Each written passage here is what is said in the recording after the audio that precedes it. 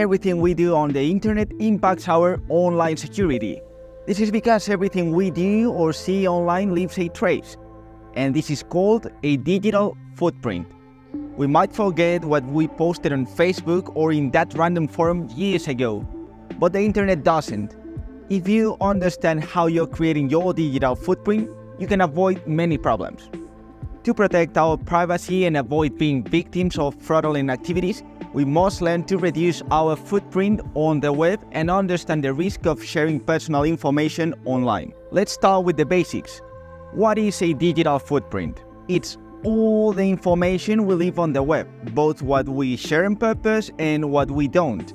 We create it when we post on social media, watch series, register on a website, or search for something. If you still don't believe it, try discovering all the information that circulates on the web about you. Put your name and surname in quotes in a search engine and look at the results. This is just a small part of it. But how do they get our data?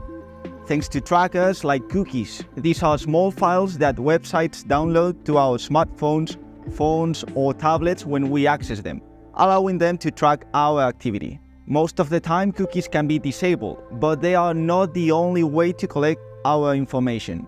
Another way is through fingerprinting, a technique that collects data such as the language, browser, or time zone of the devices to create a profile about their owners. And what is all this useful for? Companies use it to know what we like and what we don't, to send us or show us personalized advertising. And there are also those who can use that information to scam us and commit fraud. For example, with phishing, a technique that seeks to get our data to deceive us and obtain our money. How? By pretending to be banks, companies, or even public figures, like what happened with the governor of Uasin Gishu County in Kenya, Jonathan Bii.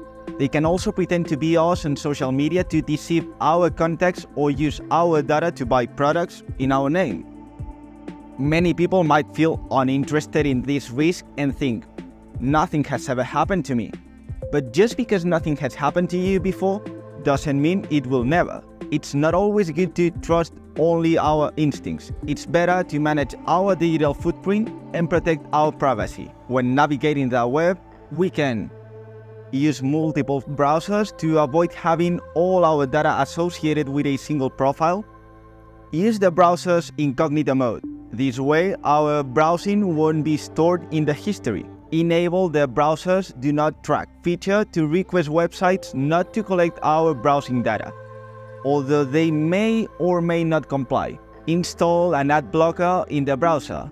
We will avoid unwanted ads, and in addition, we can reduce the tracking of our activity by other websites.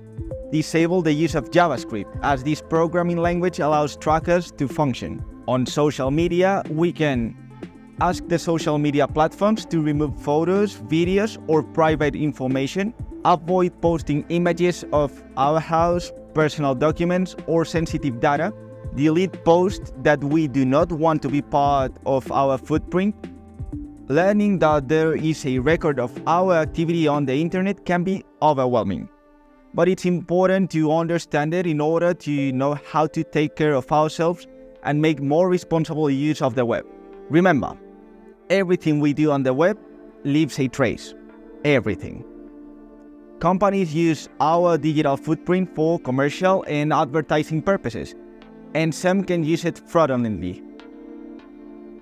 We must review and reduce our digital footprint, be careful with what we post, and use browsing methods that limit access to our data. And remember, the internet has a memory.